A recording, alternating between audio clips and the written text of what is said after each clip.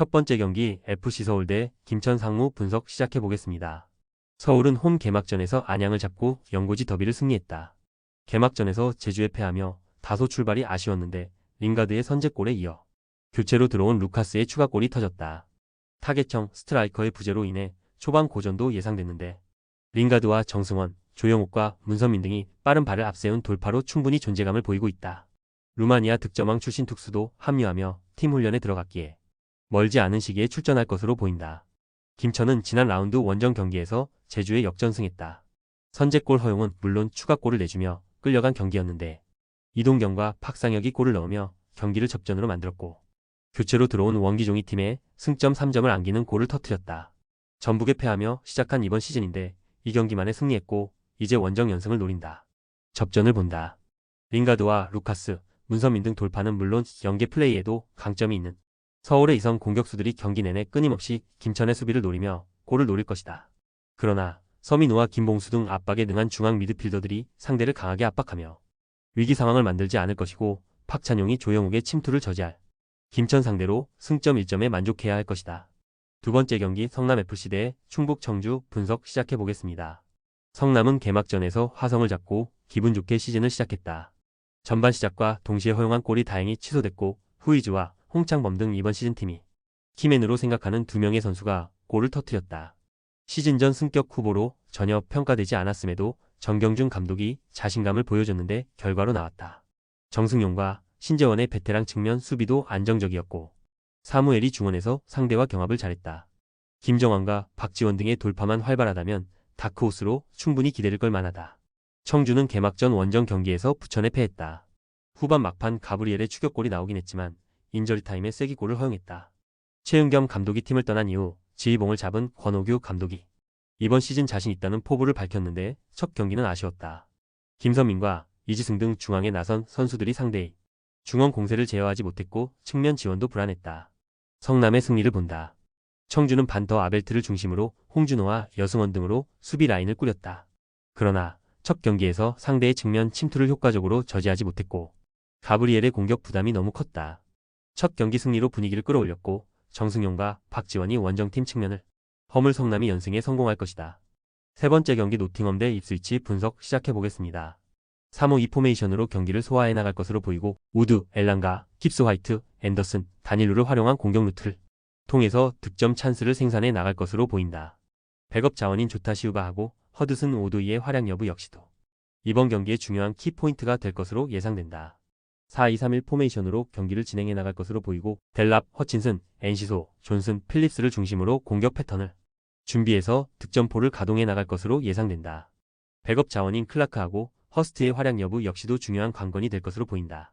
평소 출전 기회가 부족했던 선수들에게 출전 기회를 부여할 가능성이 높아 보인다. 그렇게 된다면 제대로 된 100% 경기력을 발휘하기 어려운 부분이기 때문에 오늘 노팅엄이 더 유리한 방향으로 경기 양상을 만들어 나갈 수 있을 것이다. 그리고 노팅엄은 기가 막히게 인프런트로 직접 프리킥을 감아 때릴 수 있는 앤더슨을 보유하고 있기 때문에 페널티 박스 근처에서 직접 프리킥 찬스를 얻어낼 때마다 위협적인 인프런트 킥을 통해 상대 골망을 흔들 가능성이 높아 보인다. 네 번째 경기 유벤투스 대 헬라스 베로나 분석 시작해 보겠습니다. 4-2-3-1 포메이션으로 경기를 진행해 나갈 것으로 보이고 콜로 무아니, 프란시스코 콘세이상, 곤잘레스, 맥케니를 중심으로 공격 패턴을 준비해서 득점포를 가동해 나갈 것으로 예상된다. 백업 자원인 티르키의 특급 일디자하고 로카텔리의 활약 여부 역시도 중요한 관건이 될 것으로 보인다.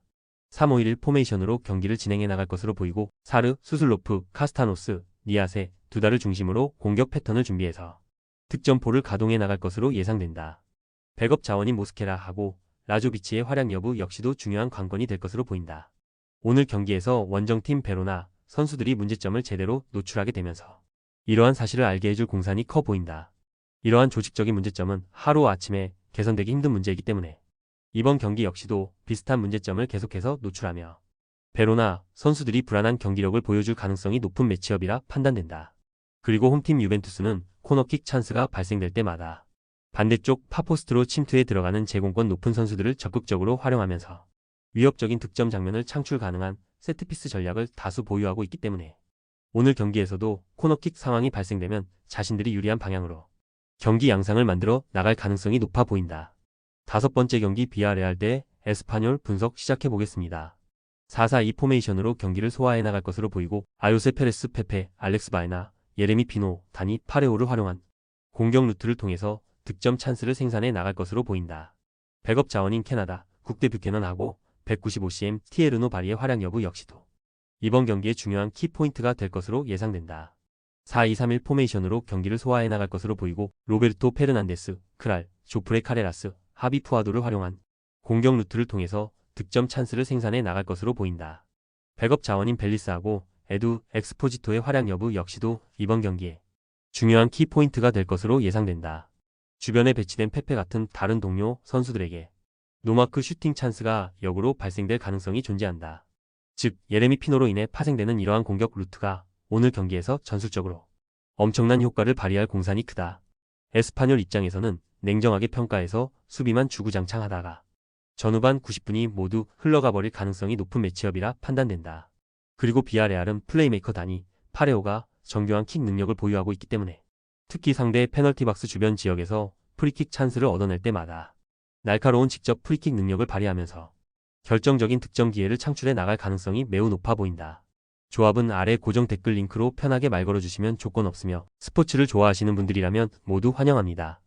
스포츠 당첨 어렵지만 그건 어떻게 하냐의 차이입니다. 두 눈으로 어떤 차이인지 직접 확인하시고 우리 모두 같이 승리합시다.